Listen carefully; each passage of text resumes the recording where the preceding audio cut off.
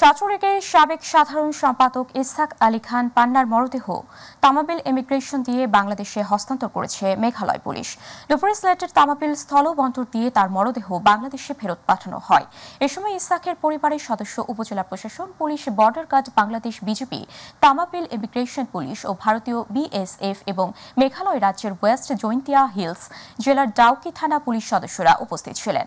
এর আগে সাবেক ছাত্রলীগ নেতা স্বজনদের আবেদনের প্রেক্ষিতে ইসহাকের মরদেহ বাংলাদেশে পাঠাতে ভারত সরকারকে অনুরোধ করে পররাষ্ট্র মন্ত্রণালয়।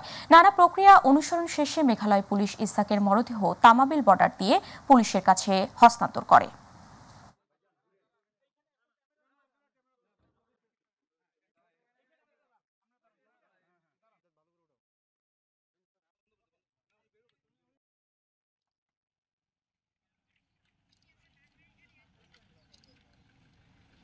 হঠাৎ করে আমি 24 তারিখ রাতে যে ঘটনাটা শুনি যে ইলেকট্রনিক মিডিয়া আপনাদের মাধ্যমে যে তার মৃতদেহ ইন্ডিয়ার সাইডে পাওয়া গিয়েছে, এর প্রেক্ষিতে আমি পররাষ্ট্র মন্ত্রণালয়তে আবেদন করি যে আমার চাচা, প্রথমে আমি জিডি করি, একটা জিডি এগেনস্টে আমি পররাষ্ট্র মন্ত্রণালয়তে আবেদন করি যে আমি এরকম একটা ঘটনা জানি যে এরকম আমার চাচা ওখানে আছে, আমার তাকে বাংলাদেশ হাইকমিশন থেকে তাকে যাতে হেল্প করা হয় তার বডিটা বাংলাদেশে ফেরত। তারপর থেকে ভারত সরকার প্লাস বাংলাদেশ বর্তমান সরকার যথেষ্ট হেল্প করেছে।